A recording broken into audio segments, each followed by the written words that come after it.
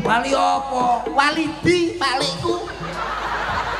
Walah Wali paling Tuban ki bumi wali. Paling ora ya Sunan. Makan Mbah Sunan Bonang. Mbah Sunan Bejagung.